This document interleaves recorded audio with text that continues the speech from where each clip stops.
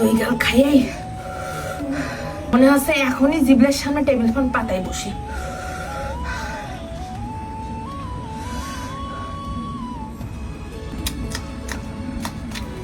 এক বুন্ডি আবার কমেন্ট করিছে, ও মুরগির গোশের ভর্তাটা সেই লাগিছে, কিন্তু আমার মা আবার মুরগির গোশ খাতি চাই না, তুমি কি একটু গরুর গোশ দিয়ে বানাই দেখাবা? আমি আবার কাঁচা রাঁধুনি, যদি ভুল হয়ে যায় তুমি একটু দেখাই দিলি ভরসা পাইতাম, এই আর কি। তো দৌড়ই যায় আবার কয় পিস হাড় চর্বি ছাড়া গোশ কিনে নিয়ে আসলাম। মুরগির গোশের আশালা ভর্তা আর গরুর গোশের আশালা ভর্তা কিন্তু একরকম না। ফার্স্টেই ধুয়ে দিলাম খানিকটা নুন আর একটু একটু করে আদা বাটা রসুন বাটা, খানিকটা দিছে হলদির গুঁড়ো, ভালো করে মাখাই নিয়ে দিতে মনে চাচ্ছিল না, তারপরে দিলাম একটু শুকনো ঝালের গুঁড়ো। সেদিন আবার আমার এক ভাই কমেন্ট করেছে তেজপাতা নাকি প্রেসার কুকারে দিতে নেই, তাই একেবারে তলে ফেলাই দিলাম, তার উপর দিয়ে গোশটা পাতাই দিছি, মশলাপাতি যা ছিল সব দিয়ে ঢাইলে দিছি ঘপ ঘপ করে গিলাস খানিক পানি, দিলাম 2 পিস দারচিনি, 3টে এলাচ, 2টো লবঙ্গ আর অল্প কয়দানা গোলমরিচ, আস্ত আস্ত সব, হাফ চা চামচের মতন জিরের গুঁড়ো দিয়ে ইচ্ছা তারে বাসি দিয়ে নিয়ে আসবো 50টা, গলে যেন ঘেটা ঘেটা হয়ে যায়।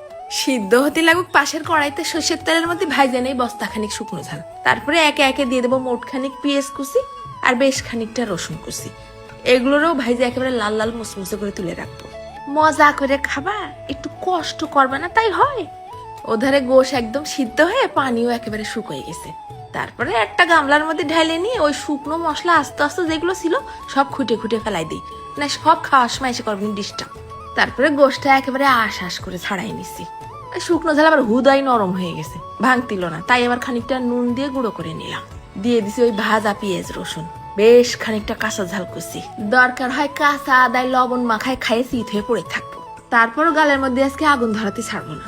দিয়ে দিলাম খানিকটা কাঁচা পেঁয়াজ, খানিকটা ধনেপাতা আর বেশ বড় সাইজের 1 পিস লেবুর রস, ভালো করে চটকায় চটকায় মাখায় মাখায় ঘপ ঘপ করে ঢেলে দিছে আরো খানিকটা সর্ষের তেল।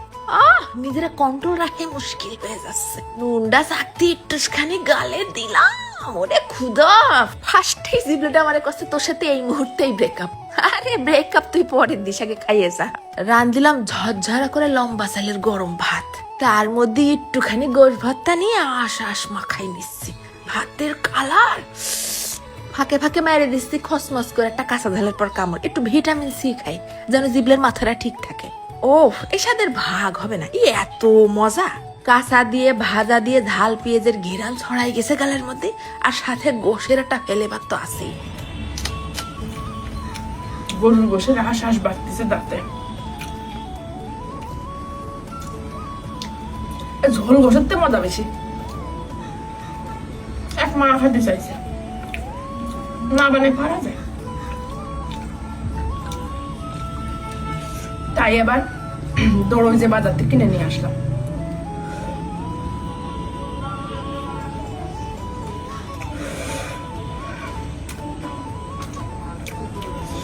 ভাত বড় আর ঝাল,